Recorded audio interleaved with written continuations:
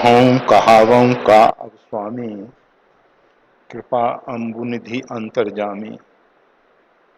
गुरु प्रसन्न साहिब अनुकूला, मिटी मलिन मन कल्पित सूला। अब डर डरऊ न सोच समूले, रवि न दोष देव दिशि भूले। मोर अभाग मात कुटलाई, विधि गति विषम काल कटनाई। पाँव रोप सब मिली मोई घाला, प्रणत पालपन आपन पाला। ये नई रीत न राउर होई, लोकों हूँ वेद विदित नहीं गोई। जग अनभल भल एक गोसाई, कही होई भल कास भलाई। देव देव तरु सरिस स्वभाव, सन्मुख विमुख न काहू काहू। जाय निकट पहचान तरु, छाह समन सब सोच। मांगत अभिमत पाव जग, राउ रंक भल पोच। श्यावर राम जय जय राम, मेरे प्रभु राम जय जय राम। श्री राम जय राम जय जय राम।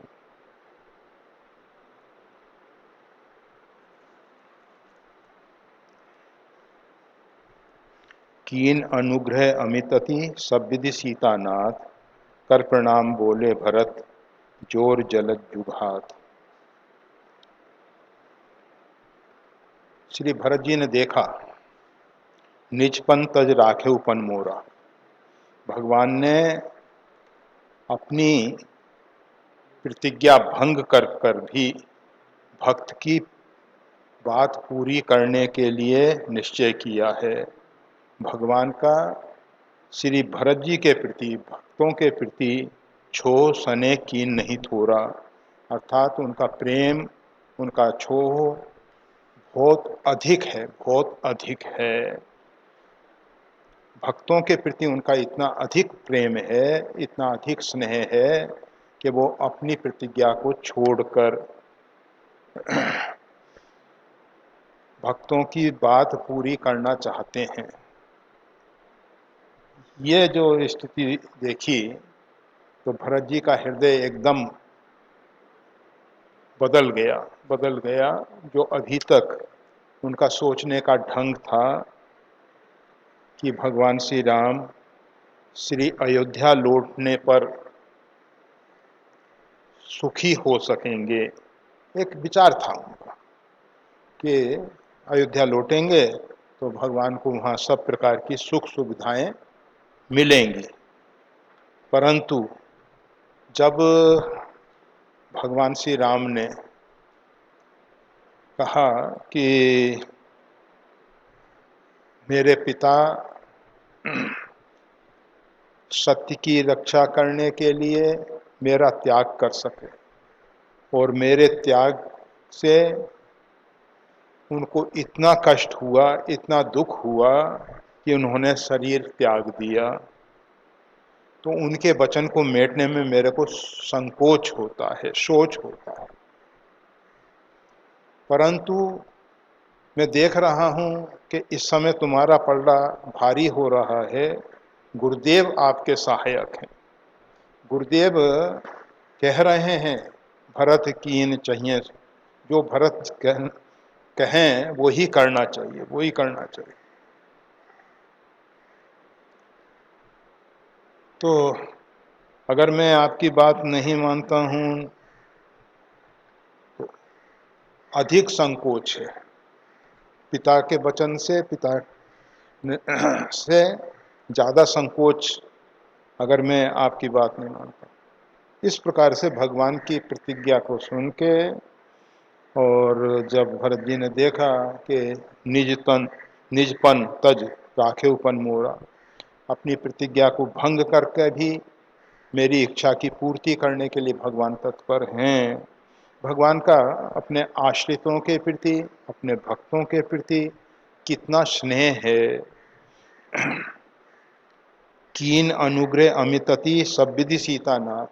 सीतानाथ भगवती सीता जी जो हैं पृथ्वी की पुत्री हैं। पृथ्वी का एक नाम क्षमा है।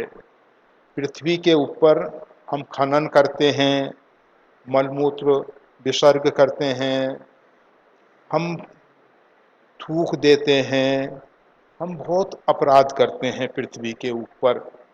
पृथ्वी सब अपराधों को सहन करते हुए हमको क्षमा कर देती।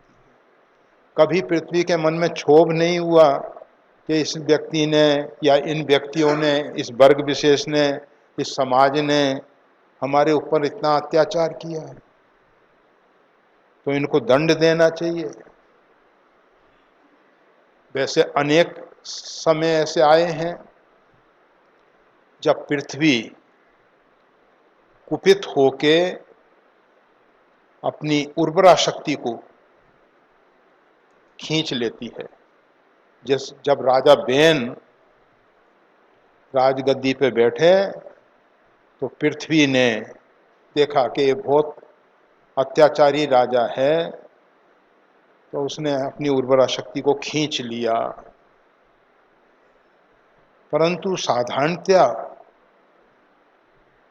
पृथ्वी जो है हमारे अपराधों को क्षमा कर, अपराध तो बहुत बड़े हैं, छोटे अपराध नहीं कर रहे हैं हम, बहुत बड़े अपराध कर रहे हैं इस पृथ्वी पे, फिर भी पृथ्वी क्षमा करती है।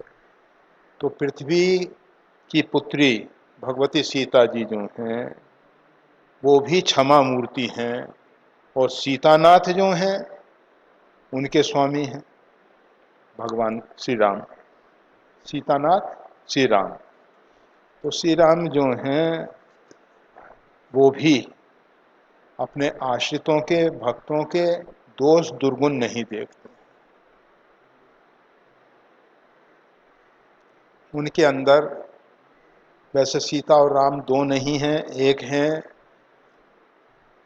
आधा में सीता जी, जैसे अर्धनारीश्वर भगवान शंकर का एक स्वरूप देखने को मिलता है कि ये भूषंती को मानस में भी इसका उल्लेख है।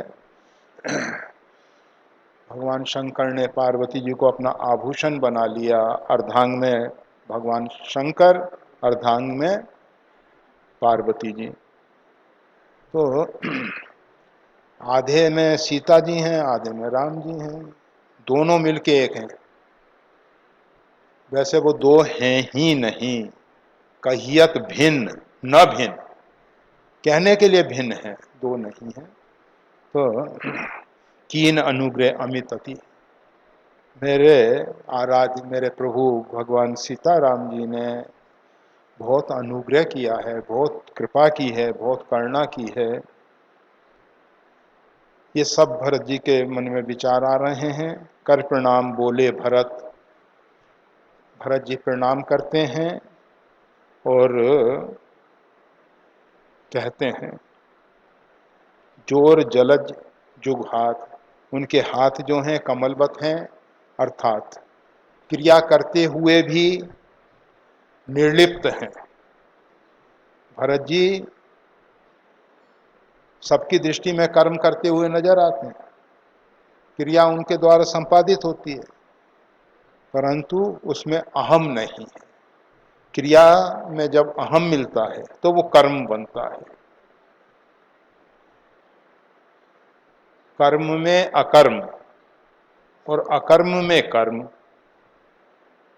जब व्यक्ति कुछ नहीं कर रहा है अकर्म, उसमें उसका अहंकार अगर जाग रहा है तो वो कर्म बन जाता है, अकर्म में कर्म बन जाता है।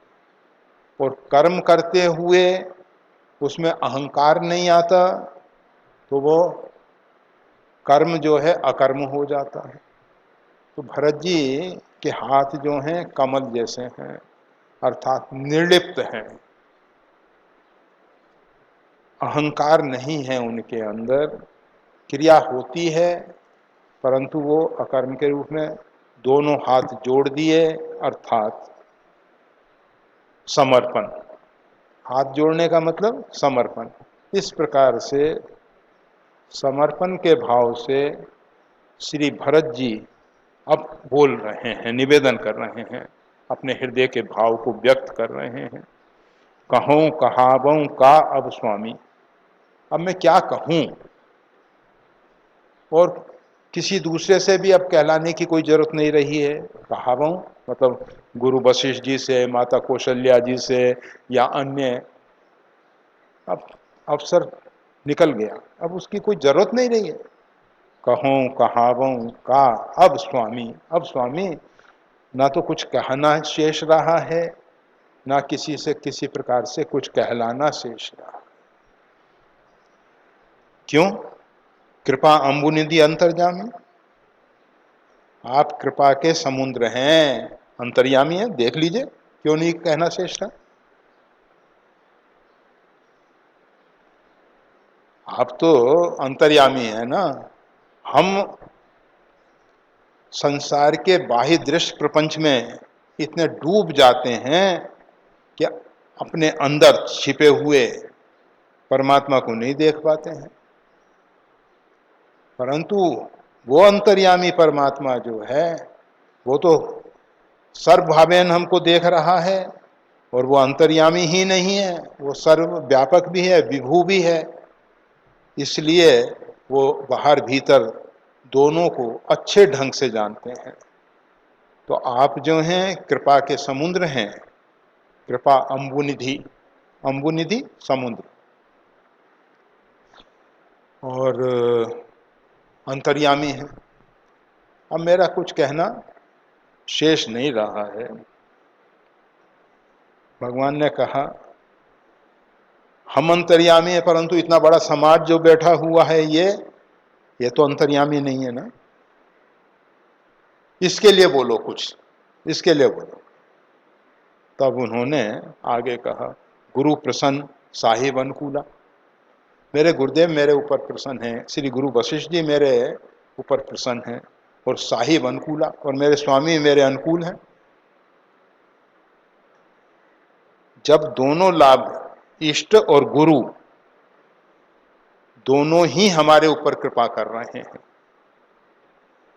इस विषय में बहुत से लोग गुरु में ही इष्ट भावना करते हैं, परंतु गुरु कभी नहीं चाहते कि उनके अंदर लोग भगवत बुद्धि रखें, भगवान से श्रेष्ठ मानना। क्योंकि भगवान कहते हैं मोते अधिक गुरु ही जिए जानी, मेरे से अधिक गुरु को जानो। परंतु गुरु कभी नहीं कहते। त्रिभुवन गुरु कहते हैं उमा राम सम हित जग नाही, गुरु पितु मात बंधु को नाही। त्रिभुवन गुरु भगवान शंकर कह रहे हैं कि राम जी के समान हमारा हितकारी हितेशी दूसरा कोई नहीं हो सकता। उसमें गुरु माता पिता सब आ गए। तो गुरु कभी नहीं कहते कि हम ही सर्वोपरि सत्ता हैं, और जिसके अंदर ये अहंकार आ जाएगा कि हम सर्वोपरि सत्ता हैं, नहीं, सार्वभौम अस्तित्व में परमात्मा भरा हुआ है, निर्विवाद सत्य, परंतु हम परमात्मा नहीं हैं। गंगा की तरंगें गंगा नहीं होती हैं, तरंग और गंगा जल एक ही, तरंग और गंगा में कोई अंतर नहीं। फिर भी तरंगें कहाँ से प्रकट होती हैं? गंगा से, जल से। और कहाँ विलीन होती हैं? जल में। इसी प्रकार से ये जीव जो है परमात्मा से ही अस्तित्व में आया है। एको होम बहुश्याम, ये परमात्मा का संकल्प है, हमारा संकल्प नहीं। जीव परमात्मा के संकल्प में स्थित है, और परमात्मा के संकल्प को कोई बदल नहीं सकता। नानक बुद्धि हम सबकी जाति नहीं है। तो भरत जी कह रहे हैं गुरु प्रसन्न, हमारे गुरुदेव हमारे ऊपर प्रसन्न है, साहिब अनुकूला, और स्वामी हमारे अनुकूल हो। मिट्टी मलिन मन कल्पित सूला, मेरे मन में जो नाना प्रकार की कल्पनाओं के द्वारा, नाना प्रकार की जो मैंने कल्पनाएं की थी, उनके द्वारा जो सूल हो रहा था, वेदना हो रही थी, पीड़ा हो रही थी, मिट्टी, वो मिट गई।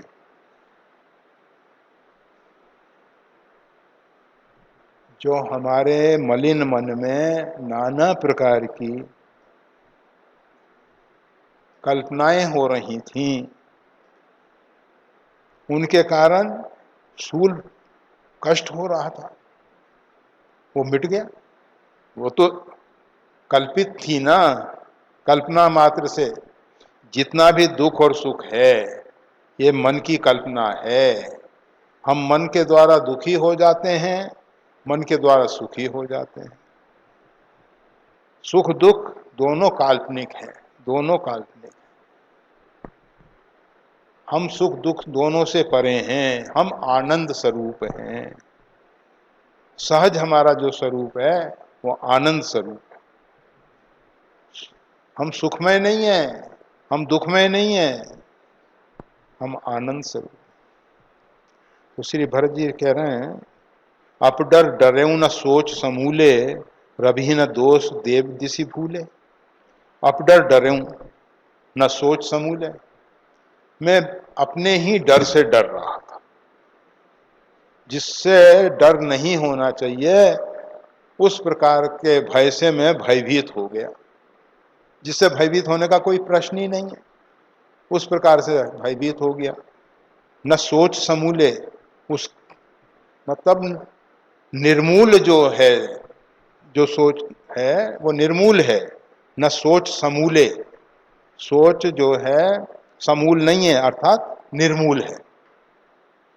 न सोच समूले, जो निर्मूल सोच है उससे, अपडर्ड से मैं डर रहा था। जिसकी जड़ी नहीं है और वृक्ष की कल्पना,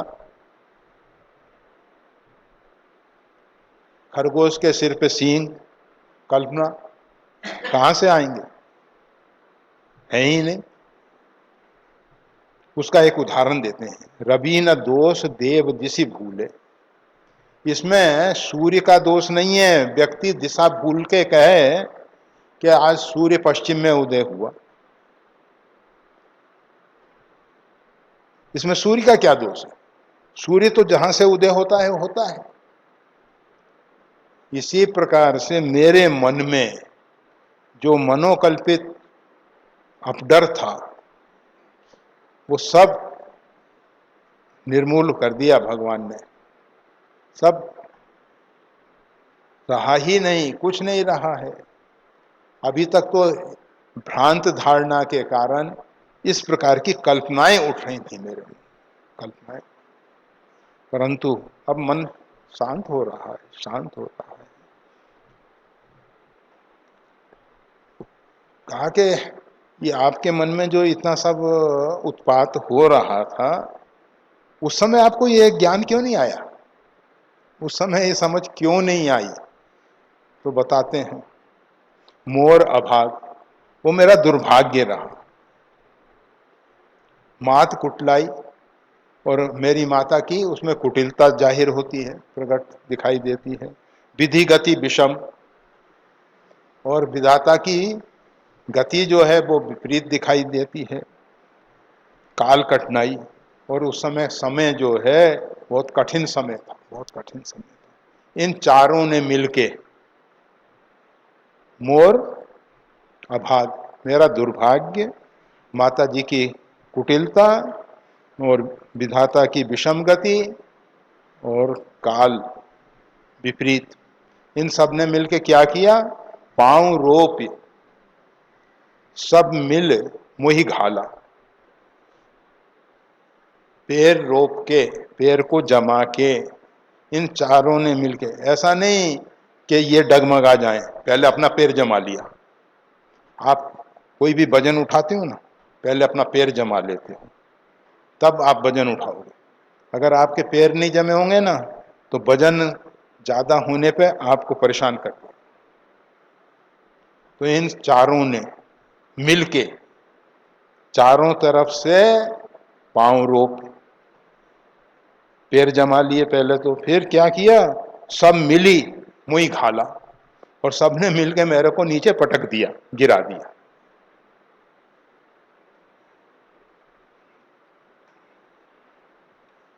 परंतु ऐसी स्थिति में भी, ऐसी स्थिति में भी प्रणत पाल पन आपन पाला, शरणागत वत्सल भगवान, आपने अपनी प्रतिज्ञा पूरी की।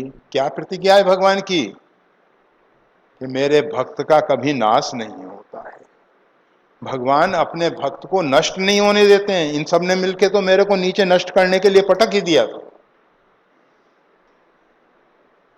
परंतु आपने अपनी प्रतिज्ञा का पालन किया। आपने अपनी प्रतिज्ञा का पालन किया। प्रणत पालपन आपन पाला। आपने अपनी प्रतिज्ञा का पालन करते हुए मेरे को उठा दिया। भक्त को गिरने नहीं देते भगवान।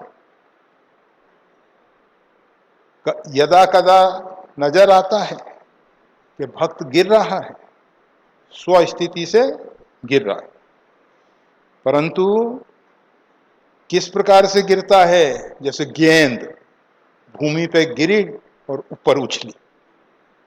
ज्यादा देर भूमि पर रहने वाला नहीं है, गिरने के बाद उठ जाएगा, तुरंत उठ जाएगा। और जो भगवान के आश्रित नहीं है, वो मिट्टी के ढेले की तरह गिरते हैं। गिरा तो चकनाचूर, मिट्टी का ढेला, फिर वो ऊपर नहीं उछलेगा, नहीं उछलने वाला, वो तो नीचे टुकड़े टुकड़े होके बिखर जाएगा। ये है जो भगवान के आश्रित हैं वो गेंद की तरह, और जो भगवान का आश्रय नहीं लेते, जो अपने अहंकार और अभिमान में डूबे हुए हैं, वो मिट्टी के ढेले की तरह गिरने की संभावना दोनों की। क्योंकि दुर्भाग्य, सौभाग्य, ये सब तो पहले किए हुए कर्मों का फल है ना। वो तो कोई आज के किए हुए कर्मों का फल तो नहीं है, वो तो पहले का परिणाम है। उसी के अनुसार संबंध हो जाते हैं माता पिता भाई बंधु के। मात कुटलाई, और उसी के अनुसार कठिन कर्म गति जान विधाता, जो शुभ अशुभ सकल फल दाता। उसी के अनुसार विधाता फल देता है, उसी के हिसाब से काल। लोग कहते हैं कि क्या करें, काल की गति ऐसी है, कलयुग आ गया, द्वापर आ गया, त्रेता आ गया। काल कुछ नहीं करता है। रावण ने सतयुग त्रेता में भी भयंकर कलिकाल से अधिक अत्याचार किया, और भगवान श्री राम त्रेता में कृतयुग भई सतयुग जैसा आचरण होने लगा। सतयुग जैसा आचरण, कृतयुग भई त्रेता की। त्रेता में युग त्रेता था, और उसमें भी सतयुग जैसा कर्म।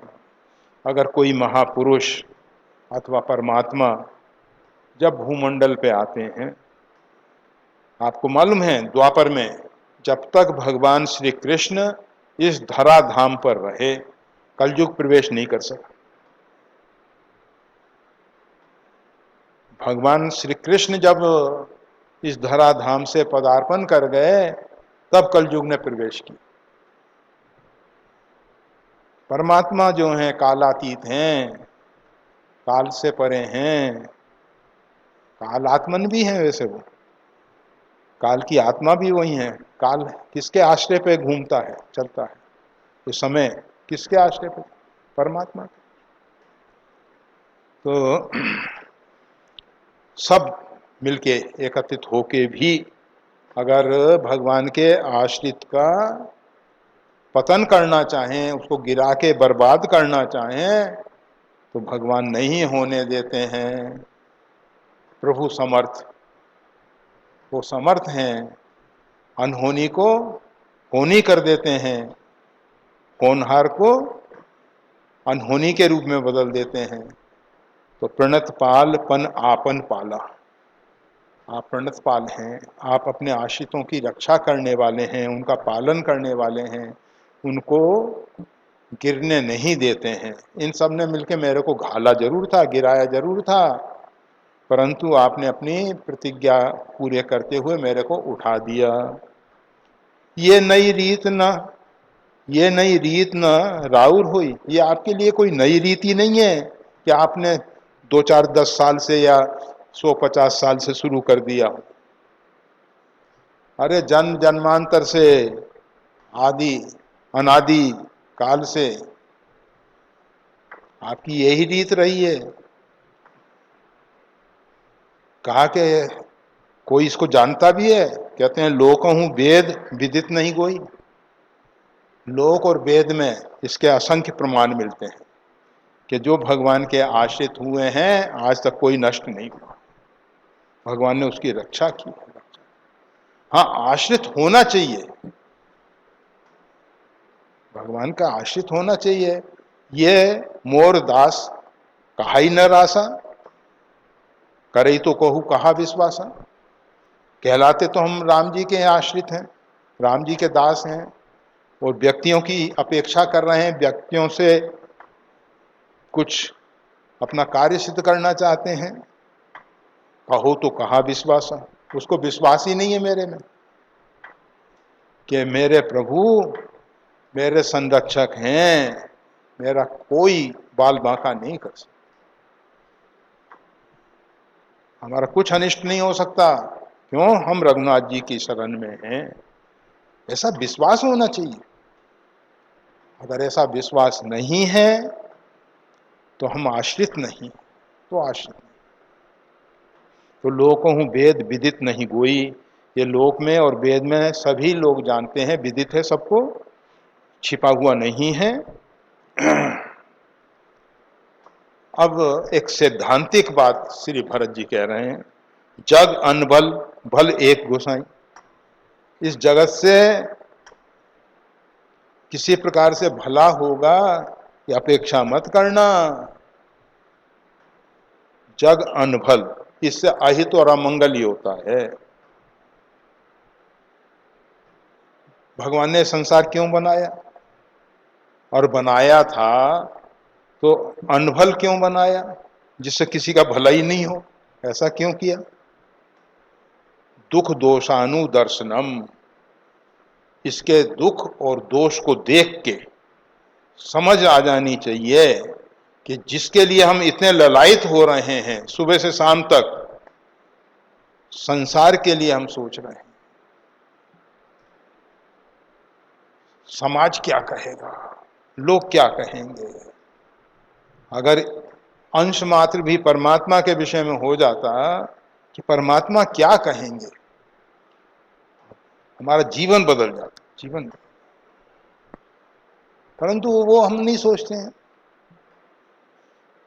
जग अनभल भल एक गोसाई, इसमें एक ही भले तो आप हैं गोसाई, हे स्वामी आप ही भले हैं, परमात्मा ही भले हैं।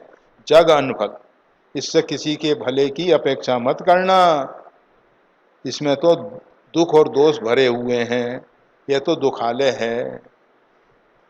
दूसरे ढंग से सोचें तो जो परमात्मा की कृति है, परमात्मा की बनाई हुई सृष्टि है, वो तो आनंदमय है। परंतु जो इंसान का बनाया हुआ जगत है, इंसान का बनाया हुआ संसार है, इंसान भी संसार बनाता है, भगवान भी बनाते हैं। भगवान ने जो सृष्टि बनाई आनंदमय बनाई, क्योंकि भगवान आनंदमय है। और ये जीव ने जो सृष्टि बनाई मोहमय बनाई, ये मोह आच्छादित है, मोह से अपने स्वरूप को भूला हुआ है।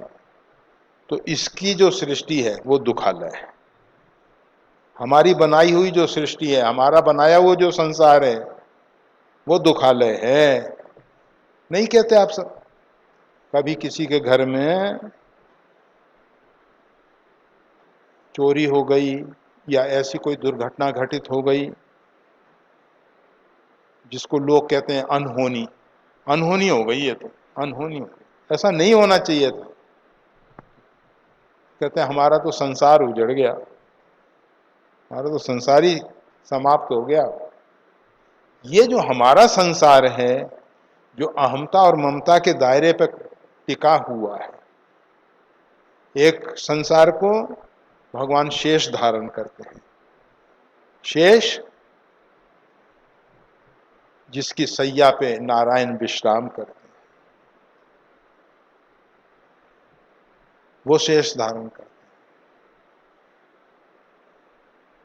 शेष आधार बनते हैं, शेषी जिसका वो शेष है। ये वस्तु इसका शेष बच गई, 100 में से 5 बच गए, शेष बच गया। इसी प्रकार से वो जो शेष हैं, जो इस संपूर्ण जगत को धारण करते हैं, किस वो शेषी कौन है? नारायण परमात्मा।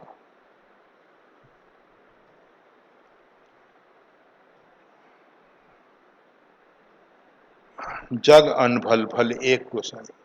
जगत जो है अनभल है, इससे किसी का भला नहीं होता।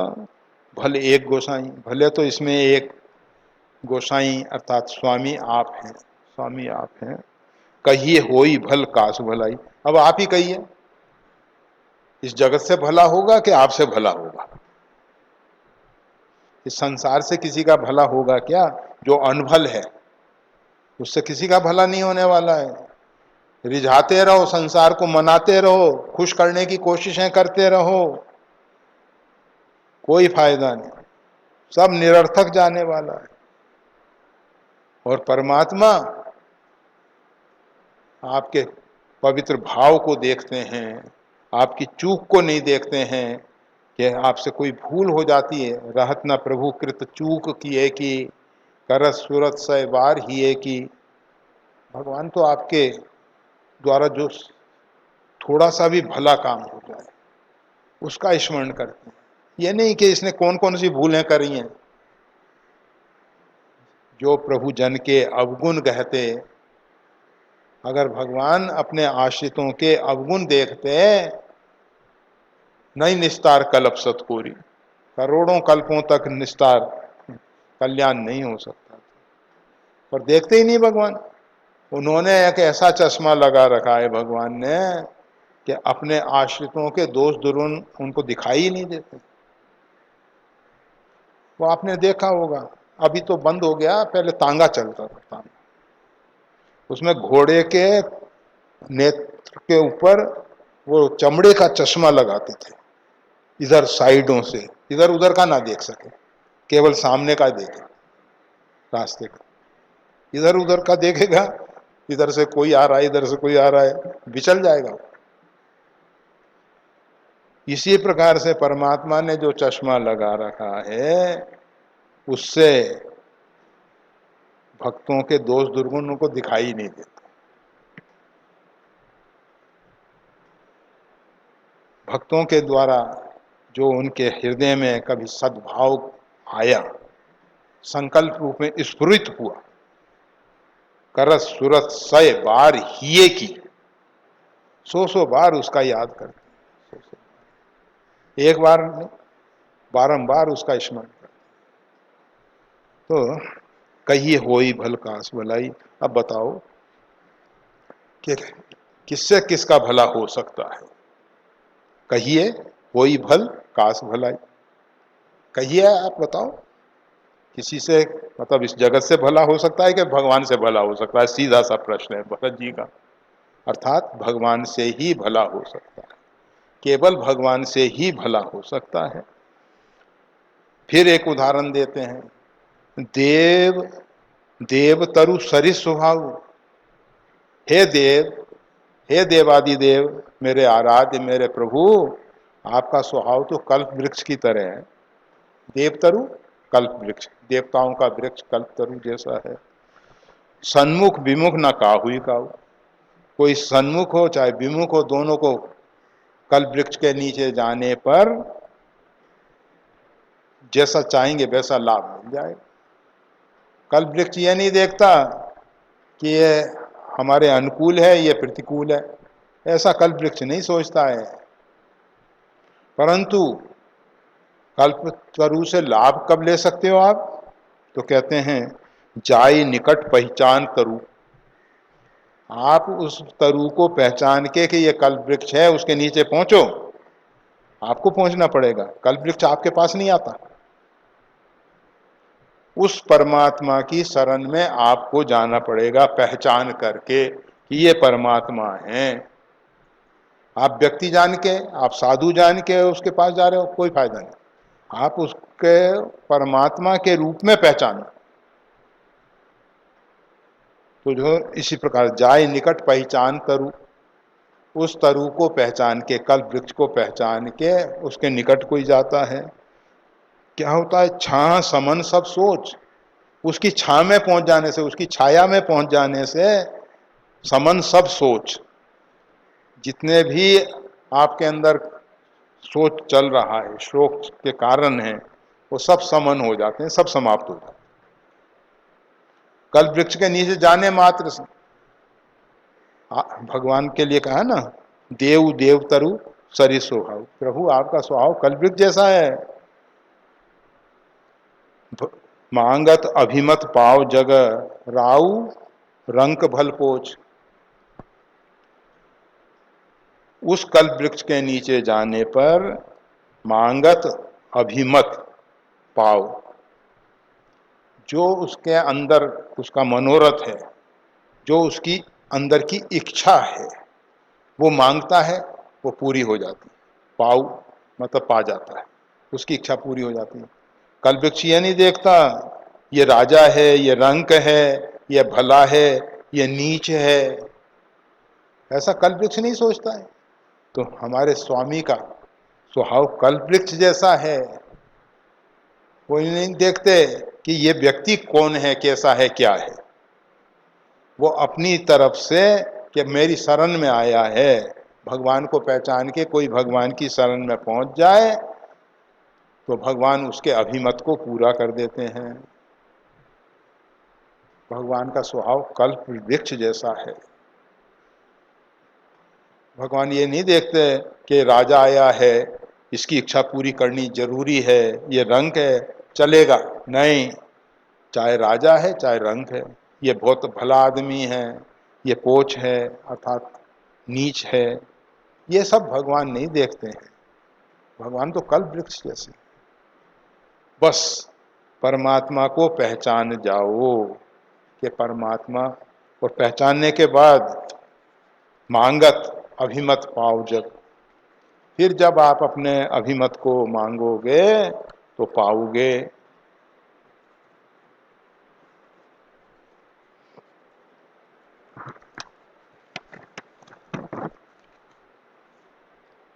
लख सब विधि गुरु स्वामी सनेऊ, मिटे क्षोभ नहीं मन संदेहू।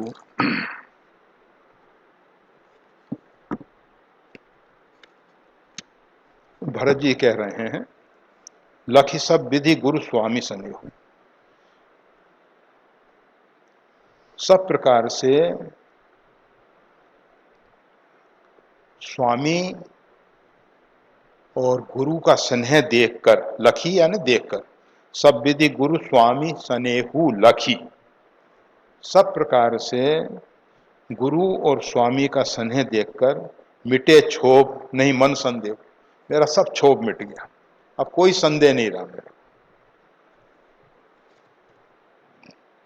अब करना कर कीजे सोई, जनहित प्रभु चित क्षोभ ना हो। आपने कृपा करके मेरा हृदय का क्षोभ तो मिटा दिया। आपने ऐसी कृपा की, ऐसी करुणा की कि जिससे मेरा क्षोभ तो मिट गया। अब आप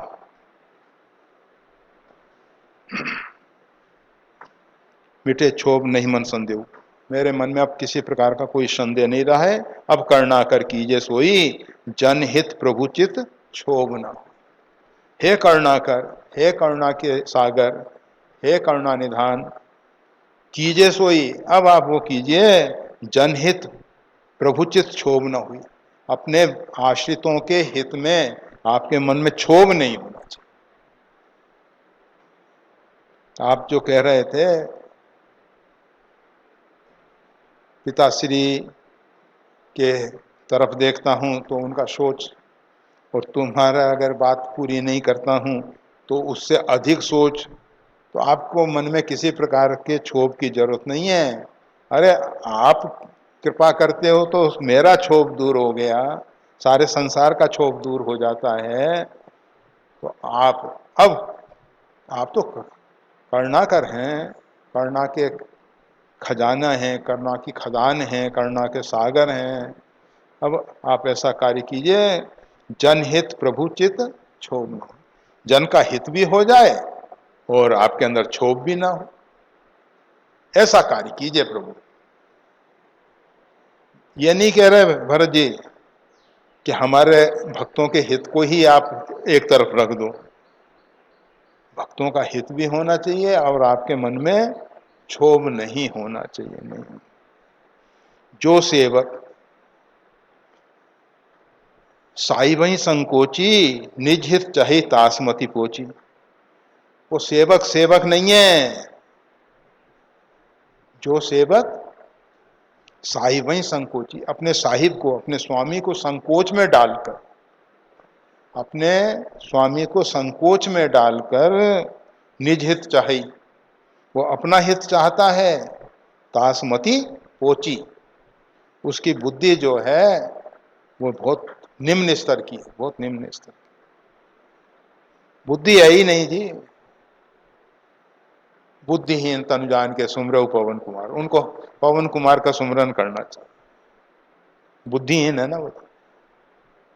तासमति पोची, निज हित चाही तासमति पोची, जो अपने साहिब को, अपने स्वामी को संकोच में डाल के अपना हित चाहता है। भरत जी कह रहे हैं कि नहीं, हमको ऐसा हित नहीं चाहिए जिसमें हमारे स्वामी को संकोच नहीं चाहिए।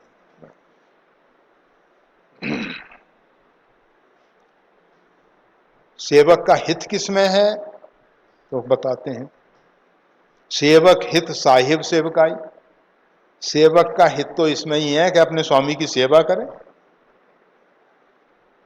यह नहीं कि अपने स्वामी को संकोच में डाल दे।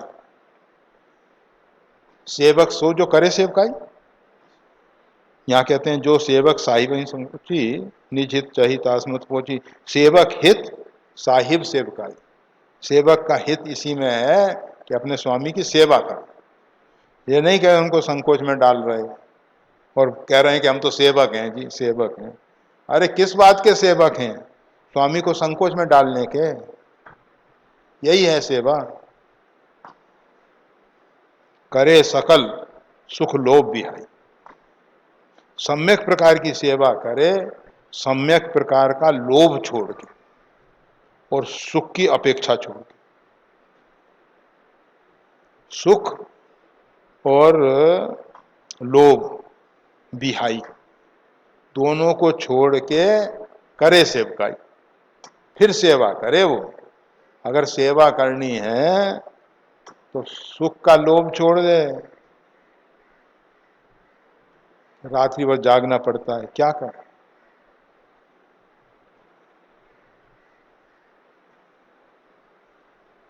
सोने का टाइम ही नहीं मिलता है।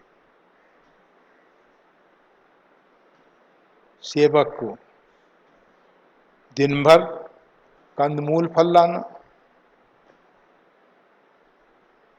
रात्रि में पहरा देना, सब प्रकार की सेवा कर रहे हैं श्री लक्ष्मण जी महाराज, सब प्रकार की सेवा। सेवक हित साहिब सेवकाई, करे सकल सुख लोभ विहाई। सम्यक प्रकार के सुख और लोभ को छोड़ के सेवा करें, सेवा करें। इसी में सेवक का हित है, इसी में सेवक का कल्याण है। स्वार्थ नाथ फिरे सब ही का, किए रजाई कोट बिदनी का। अब अपने हृदय की बात बता रहे हैं श्री भरत जी महाराज। स्वार्थ नाथ फिर हैं सभी का, ये सब लोग का एक स्वार्थ है महाराज। क्या है? नाथ फिरे, हमारे स्वामी भगवान अयोध्या नाथ अयोध्या की तरफ फिरें, अयोध्या की तरफ लौटें, ये हमारा सबका स्वार्थ है। किए रजाई कोट बिदनी का, और उसके विषय में किए रजाई, उसकी आज्ञा देके प्रसन्न चित्त से आज्ञा दे दें कि हाँ चलो सब अयोध्या की तरफ लौट चलो, ऐसा स्वामी प्रसन्न होकर आज्ञा दे। कोट विधिनी का यह तो करोड़ों प्रकार से अच्छा है। स्वामी आज्ञा दे, हम आग्रह करें वो नहीं, हम आग्रह करें वो गलत। सेवक आग्रह करे, सेवक निवेदन करे, सेवक प्रार्थना करे, नहीं, स्वामी आज्ञा दें, किए रजाई, स्वामी का आदेश हो, आज्ञा हो। कोट विधिनी का ये तो करोड़ों प्रकार से अच्छा है, अच्छी विधि है, अच्छे प्रकार है। स्वामी स्वयं अपने श्रीमुख से फरमाएं, स्वयं अपने श्रीमुख से आदेश दें, आज्ञा दें। ये स्वार्थ परमार्थ सारू, यही स्वार्थ और परमात्मा का परमार्थ का सार है। क्या? स्वामी रजाई, स्वामी की आज्ञा, यह स्वार्थ और परमार्थ दोनों का सार है। जिस स्वार्थ में, जिस परमार्थ में स्वामी की रजाई नहीं है, स्वामी की आज्ञा नहीं है, वो स्वार्थ स्वार्थ नहीं है। स्वार्थ साच जीव कहूँ एहा, मन क्रम वचन राम पद ने। अरे स्वार्थ तो वही है, स्वार्थ साच जीव कहूँ एहा, जीव का यही स्वार्थ है। मन क्रम वचन राम पद सेवा, मन से वचन से कर्म से राम जी की सेवा करना, यही स्वार्थ है। और राम ब्रह्म परमार्थ रूप है, राम जी साक्षात परमार्थ स्वरूप है। तो दोनों का सार क्या है? स्वामी रजाई, स्वामी की आज्ञा। सकल सुकित फल सुगत सिंगारू, ये स्वामी की आज्ञा कैसी है? सकल सुकित फल सुगति, संपूर्ण सुकृत का फल, संपूर्ण सदकर्मों का फल, जिससे उसको सुगति हो रही है, अर्थात मोक्ष की प्राप्ति हो रही है, उसका भी वो श्रृंगार है। अर्थात श्रृंगार रूपी, सुमति रूपी, सुगति रूपी, सुगति रूपी जो महिला है वो विधवा नहीं है, श्रृंगारहीन नहीं है, वो सधवा है, श्रृंगार से युक्त है, सजी धजी। मुक्ति भी हमको सजी धजी चाहिए, यह नहीं कि बिना श्रृंगार के। मुक्ति जो है श्रृंगार वाली, मतलब आभूषणों से सजी हुई। सकल सुकित फल सुगत श्रृंगार, सुगति का भी वो श्रृंगार है। क्या? किए रजाई, भगवान की आज्ञा का पालन करना, भगवान के आदेश का। अगर भगवान की आज्ञा नहीं है और हमारी सुगति हो गई तो वो विधवा सुगति होगी, आभूषणहीन सुगति होगी। ऐसी सुगति हमको नहीं चाहिए। जोग कुजोग ज्ञान अज्ञानू, जहाँ न राम प्रेम प्रधान। तो जोग कुजोग हो जाता है, ज्ञान अज्ञान हो जाता है, जहाँ राम जी के प्रेम की प्रधानता नहीं है। देव एक विनती सुन मोरी, हे देव एक मेरा निवेदन सुन लिया जाए, प्रार्थना सुन ली जाए। उचित हो ही तस्करो मोरी, मैं ऐसा नहीं कह रहा, मैं प्रार्थना कर रहा हूं, उसके बाद आप जैसा आदेश देंगे, आज्ञा देंगे, वैसा मैं करूंगा। मैं आपसे निवेदन कर सकता हूं, प्रार्थना कर सकता हूं। क्या प्रार्थना कर रहे हैं? बोलो। देव एक विनती सुन मोरी, उचित होए। अगर आपको लगे कि ये प्रार्थना उचित है, तब करो बहोरी, तब आप उसको पूरा करिएगा। अन्यथा कोई हमारा आग्रह नहीं है, हठ नहीं है कि आप हमारी प्रार्थना सुन के उसको पूरा करेंगे ही, ऐसा कोई हमारा दुराग्रह नहीं, दुराग्रह। भगवान ने कहा बोलो क्या बात है। कहा तिलक समाज साज सबाना, राज तिलक के लिए सब व्यवस्था करके आए हैं, करिए सुफल प्रभु जो मन माना। आपका मन माने तो उसको सुफल कर दीजिए, नहीं तो पड़ा रहेगा ये सामान जैसा आया था। समाज जो है, सामग्री जो है राज तिलक की, वो रोएगी रोएगी, वो दुखी हो जाएगी। हम तो आपकी आज्ञा में, आपकी इच्छा में अपनी इच्छा मिला रहे हैं, परंतु ये जो सामग्री हम लेके चले अयोध्या से, तो सामग्री हमसे कहने लगी कि देखो हमारा सदुपयोग करना कराना। अरे सदुपयोग के लिए तो ले जा रहे हैं, यहाँ रहते तो दुरुपयोग होता, मेरे तिलक कर दिया जाता, दुरुपयोग हो जाता, परंतु हम उसका सदुपयोग के लिए भगवान के पास ले चल रहे हैं। तो भरत जी कहते हैं कि महाराज तिलक समाज साज सब आना, सुसज्जित तिलक का जितना भी सामग्री इत्यादि है वो लाई गई है, सब आना, सब लाई गई है, सब तीर्थों का पानी आया है, ये है और सब किया गया। करिए सुफल, उसको आप सफल कर दीजिए, आप उसका सदुपयोग कर लीजिए प्रभु, अर्थात आपका राज तिलक हो जाए।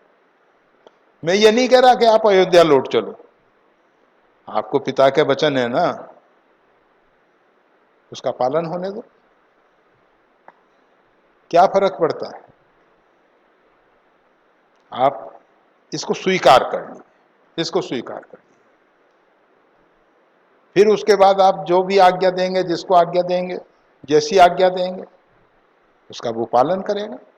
पर पहले आप इतनी कृपा तो जरूर कर दीजिए, कृपा कर दीजिए कि ये सब सामग्री लाई गई है, इसको आप सुफल कर दीजिए प्रभु, करिए सुफल प्रभु जो मन माना। अगर आपके मन में ये बात अच्छी लगे तो, आपका मन मान जाए,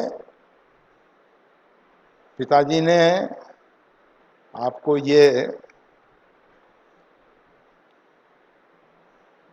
आज्ञा तो नहीं दी, आपको पिताश्री ने तो आपने माता जी से, कौशल्या जी से कहा था कि पिता दीन मोहि कानन राजू, पिताश्री ने मेरे को वन का राज सौंपा है। अब हम सब थोड़ा सा उसमें परिवर्तन कर लेते हैं, वन का राज हम ले लेते हैं और अयोध्या का राज आप ले लीजिए, दोनों भाई भाई तो हैं, पिताश्री के वचन भी पूरे हो जाएंगे, काम भी हो जाएगा, इसमें क्या फर्क पड़ता है। अयोध्या का राज आप करिए और दोनों को राज मिला है, और आप स्वयं कहते हैं ये सब मेरे पुण्य का परिणाम है, जो पिता के वचन, माता की उसमें सहमति, और हमारे छोटे भाई को राज, और वन में मुनियों का मिलन, ये सब आप कहते हैं बहुत अच्छा सौभाग्य मिला है, तो ये सौभाग्य हमको दे दो। ठीक है, अगर आपको कोई दंड दिया जाए तो दंड, अपना दंड किसी दूसरे को नहीं दिया जा सकता, परंतु अगर पुरस्कार दिया गया है तो आप अपना पुरस्कार किसी दूसरे को दे सकते हो। और हम तो ये भी नहीं कह रहे कि पुरस्कार को केवल बदला बदली कर रहे हैं, हम अदला बदली। अयोध्या का राज आप संभाल लीजिए, वन का राज हम संभाल लेते हैं। तो करिए सुफल प्रभु जो मन माना, सानुज पठिए मोही बन, वही बात जो अभी कही गई, सानुज पठिए मोही बन, अनुज के सहित, शत्रुघ्न जी के सहित मेरे को वन में भेज दीजिए, वन का राज में चलाऊंगा, कीजिए सब ही सनात, और आप अयोध्या पधार के सबको सनात कर दो। ये पूरा समाज जो है, जो गुरु वशिष्ठ जी ने प्रस्ताव लाए थे कि तुम गबनऊ दोनों भाई, आप दोनों भाई जो हैं वन में जाओ, और फेरी हैं लखन सिंह रघुराई, राम जी लक्ष्मण जी और सीता जी लौट चलेंगे। वही बात श्री भरत जी ने अपने ढंग से निवेदन की है। कहा कि अगर आपका मन ऐसा नहीं मानता, नतर फेरिए बंधु दो, नाथ चलूं मैं साथ। तो ऐसा करिए कि इन दोनों भाई को, अर्थात लक्ष्मण जी और शत्रुघ्न जी को अयोध्या भेज दिया जाए। राज तिलक तो आप यहां करा लीजिए, और उसके बाद अगर अदला बदली करनी है तो ये एक ऑप्शन है कि आप अयोध्या लौट चले और हम दोनों भाई वन में चले जाएं। दूसरा ऑप्शन, नतर फेरिए बंधु दो, और नहीं तो दोनों भाइयों को अयोध्या भेज दिया जाए, आपको वन में जाना ही है तो हम आपकी सेवा में हम रहेंगे। बंधु दो नाथ चलूं मैं साथ, हे नाथ मैं आपके साथ चला चलता। अगर ये ऑप्शन भी नहीं मानते आप, फिर और एक, नतर जाहि बन तीनों भाई, हम तीनों भाई जो हैं वन में चले जाते और बहुरियां सीए सहित रघुराई, सीता जी के साथ रघुनाथ जी जो हैं अयोध्या लौट जाते हैं। जे विधि प्रभु प्रसन्न मन होई, करुणा सागर की जैसे। हे प्रभु, जिस भी प्रकार से आपका मन प्रसन्न हो ऐसा कीजिए। मेरा कोई दुराग्रह नहीं है, मेरा कोई हठ नहीं है कि आप ऐसा ही करें। इन जितने भी प्रस्ताव भरत जी की तरफ से आ रहे हैं, चाहे गुरु वशिष्ठ जी ने दिए हों चाहे कहां से, फाइल तो इनके पास है, और ये फाइल रख रहे हैं अपने अध्यक्ष राम जी के सामने। सभा की अध्यक्षता कौन कर रहा है? राम जी कर रहे हैं। सभासद सब बैठे हैं, तो भरत जी ने वो फाइल अपनी रख दी कि अब आप जय विधि प्रभु प्रसन्न मन होई, जिस भी प्रकार से आपके मन में प्रसन्नता होए। आप करुणा सागर हैं प्रभु, आप वही कीजिए वही कीजिए। इसमें हम आपको क्षोभ में डाल के, आपको सोच में डाल के, संकोच में डाल के कोई कार्य नहीं करना चाहते हैं। जिस भी प्रकार से आपका मन प्रसन्न हो। भरत जी को लेश मात्र भी अपने सुख की इच्छा नहीं है। तीनों भाई वन में चले जाते हैं, दोनों भाई वन में जा सकते हैं। हमें यह नहीं है कि रघुनाथ जी की सेवा का हमको लाभ मिले,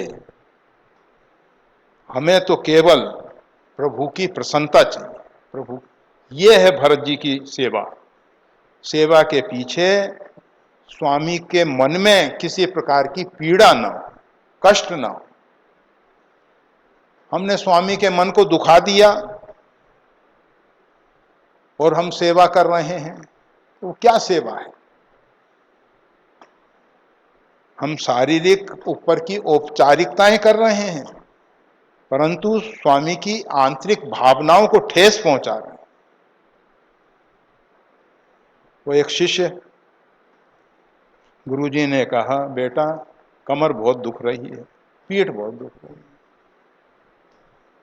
दाबने लगा हाथ से, कहा बेटा पीठ पे खड़ा हो जा। अरे गुरुदेव, मैं आपकी पीठ पे अपने चरण रखूं, ये कैसे संभव है?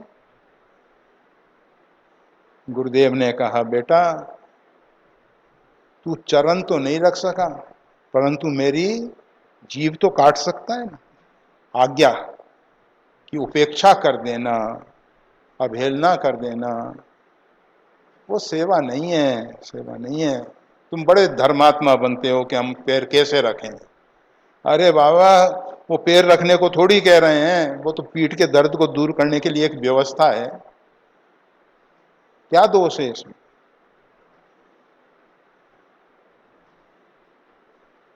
तो जय विधि प्रभु प्रसन्न मन होई, करुणा सागर कीजे सोई।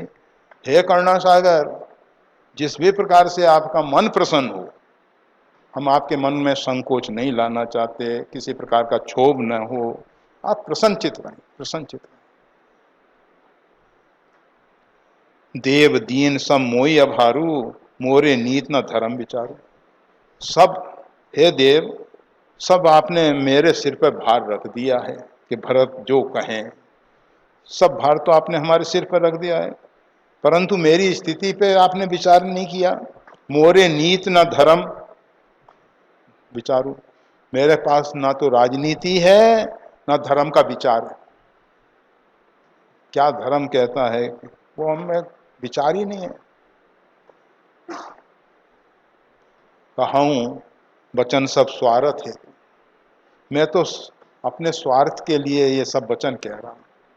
जितना निवेदन, जबकि भरत जी का लेश मात्र स्वार्थ नहीं है, लेश मात्र स्वार्थ नहीं है, फिर भी उनको दिखाई दे रहा है कि हम तो अपने स्वार्थ के लिए सब वचन कह रहे हैं, हम अपने स्वार्थ की पूर्ति के लिए सब कह रहे हैं। इसलिए भरत भरत हैं, मतलब जो दोष उनमें नहीं है और उस दोष को अपने अंदर आरोपित कर रहे हैं, समझ रहे हैं। साधारण लोग क्या है, दूसरे में जो दोष नहीं है उस पर आरोपित करते हैं। भगत जो उसके अंदर दोष नहीं है उसको भी स्वीकार कर लेते, ठीक है हम दोषी हैं मान लो। कहूँ वचन सब स्वार्थ हेतु, मैं तो अपने स्वार्थ के लिए ये सब वचन कह रहा हूँ। रहत न आरत के चित चेतु, क्योंकि मैं आपके वन गमन का सुनकर अति आरत, अत्यंत दुखी हो गया हूँ। और रहत न आरत के चित चेतु, आरत का चित जो है जागरूक नहीं रहता, उसकी जागरूकता खत्म हो जाती है, अवेयरनेस वो नष्ट हो जाती है, जागरूकता नहीं रहती। आर्त के हृदय में चित्त चेतता नहीं, चेतता नहीं मतलब हाँ जागरूक नहीं रहता। चित्त यानी चेतन, उसमें जड़त्व आ जाता है, उसमें जड़त्व आ जाता है, तो चेतन नहीं रहता। आरत रहत न आरत के चित्त चेतु, आरत के चित्त में चेतना सही काम नहीं करती, सही काम नहीं करती, अर्थात जिस प्रकार से उसको सावधान होना चाहिए, जिस प्रकार से उसको समझना चाहिए वो नहीं समझ पाते। उतर देई सुनि स्वामी रजाई, स्वामी की आज्ञा पाके उसका उत्तर दे दे, सो सेवक लखी लाज लगाए। ऐसे सेवक को देख के लज्जा लज्जित हो जाती है, अर्थात वो सेवक अत्यंत निर्लज है। कौन सा सेवक? उतर दे सुन स्वामी रजाई, स्वामी की आज्ञा सुनकर जवाब दे दे उनको। स्वामी ने आज्ञा दी कि ऐसा करना है, तो जवाब दे दे कि ऐसा कैसे हो सकता है, ये तो संभव ही नहीं है, आपने ऐसी आज्ञा दे दी, तो संभव नहीं है। उतर दे सुनी स्वामी रजाई, सो सेवक लखी लाज लज्जाई। ऐसे सेवक को देख के लज्जा जो है वो भी लज्जित हो जाती है, अर्थात वो सेवक अत्यंत निर्लज है, अत्यंत निर्लज। अस्में अवगुण उदधि अगाधु, इस प्रकार के अवगुणों से भरा हुआ मैं गहरा समुद्र हूं। उदधि अगाधु, अगाध समुद्र, इस प्रकार के अवगुणों से भरा हुआ। नहीं तो आपने आज्ञा दी थी तुरंत मेरे को वैसा मान लेना चाहिए था करने, परंतु मैंने इतनी दलीलें दे दी, इतनी सब बात कर ली, मैं तो अत्यंत निर्लज हूँ। अस्में अवगुण उदधि अगाधु स्वामी स्नेह सराह साधु, और इतना होने पर भी मेरे स्वामी जो हैं मेरे ऊपर इतना स्नेह करते हैं, सराहत साधु, और कहते हैं कि भरत तो साधु है, साधु है, उसकी साधु रूप में सराहना करते हैं। यहाँ मैं कैसा हूं? अवगुण उदधि अगाध, अवगुणों का समुद्र हूं, अगाध समुद्र हूं, गहरा समुद्र हूं। और मेरे स्वामी कैसे हैं? स्वामी स्नेह सराहत साधु, स्वामी का स्नेह मेरे ऊपर कितना है, कितना प्यार है, कितना स्नेह है। समाज में दोनों इसके इसके अर्थ दोनों हो सकते हैं। साधु समाज में मेरी सराहना करते हैं, अथवा साधु समाज भी मेरी सराहना करता है, अथवा स्वामी स्नेह सरा साधु स्वामी का स्नेह मेरे ऊपर इतना है और मेरी सराहना करते हुए कहते हैं कि साधु है, भरत साधु है। इसके सब प्रकार के अर्थ हो सकते हैं, सभी प्रकार के अर्थ हो सकते हैं।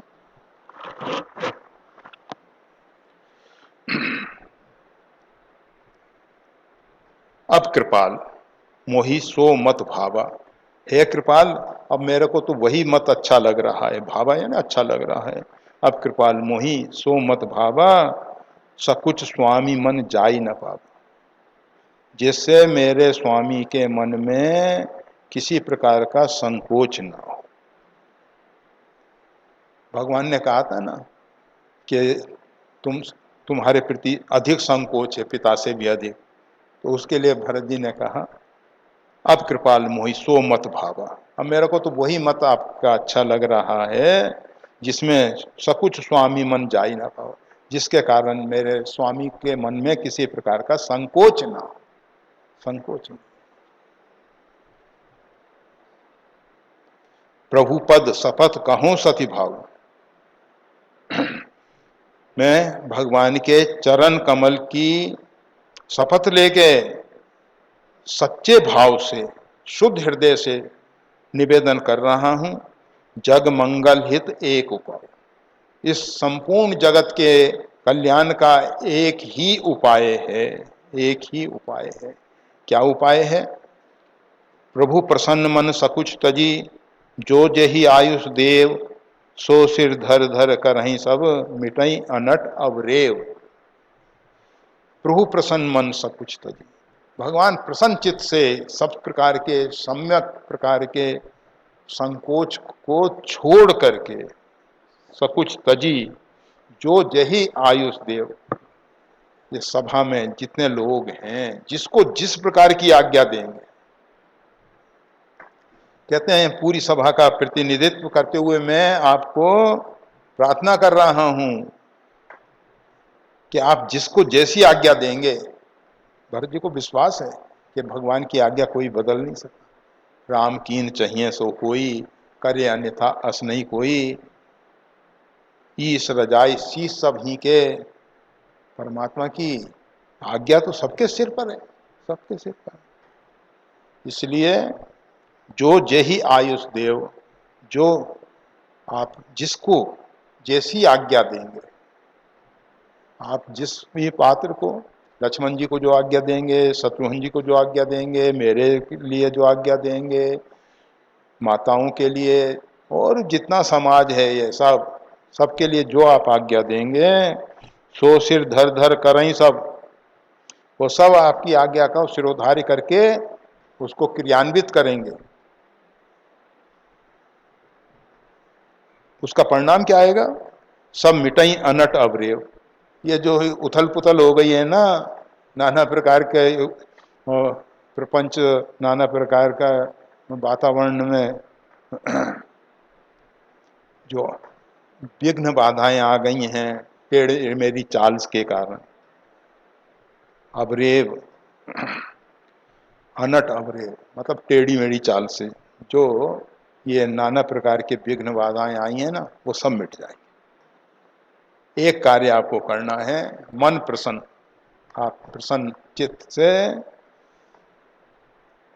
सोच छोड़ के, सम्यक प्रकार का संकोच छोड़ के आज्ञा दीजिए, सबको आज्ञा दीजिए। सब घुमा फिरा के भरत जी ने फिर राम जी के पलड़े में गेंद डाल दी है। अब भगवान फिर क्या करेंगे? इतना सब घुमाया फिराया, सब कुछ किया और अंतिम में लाके फिर इस बहुत लंबे समय से चल रहा है। गुरु वशिष्ठ जी ने कह दिया कि सब सोच छोड़ के अपने हृदय की बात स्वामी से कहो ना। भरत जी ने कहना शुरू किया, भगवान ने फिर कहा कि भरत जो कहेंगे वो सब मैं करने को तैयार हूं। अब फिर इन्होंने सब लाके सब कुछ प्रस्ताव की पूरी लिस्ट दे दी कि ऐसा कर सकते हैं, जो तिलक का समाज आया है उसको आप स्वीकार कर लीजिए, उसके बाद आप वन में जाना चाहें वन में जाइए, तो वन में मेरे को साथ में ले चलिए, मैं सेवा में रहूँगा। भरत जी इन सब बातों के पीछे एक निज सुख तो बिल्कुल चाहते नहीं है। दूसरी बात, उनके मन में ये स्पष्ट दिखाई दे कि अयोध्या का राज राम जी का है। भरत जी हृदय से एक बात स्वीकार कर लिए हैं कि राम जी ही राजा हैं। राम जी ने कहा कि भाई मान लेते हैं तुम्हारी दलील ठीक है कि, परंतु ये बताओ कि पिताजी ने जो माता कैकेयी को वचन दिए उनका क्या होगा, उनका क्या होगा? भरत जी ने कहा किसी व्यक्ति के सिर पे पहले से कर्ज है, उसको पैसा मिल गया, अब वो पैसा दूसरों को बांटने लगा उदारता पूर्वक, पहले जिसका कर्जा है उसका चुकाना चाहिए, फिर बाद में। दूसरी बात,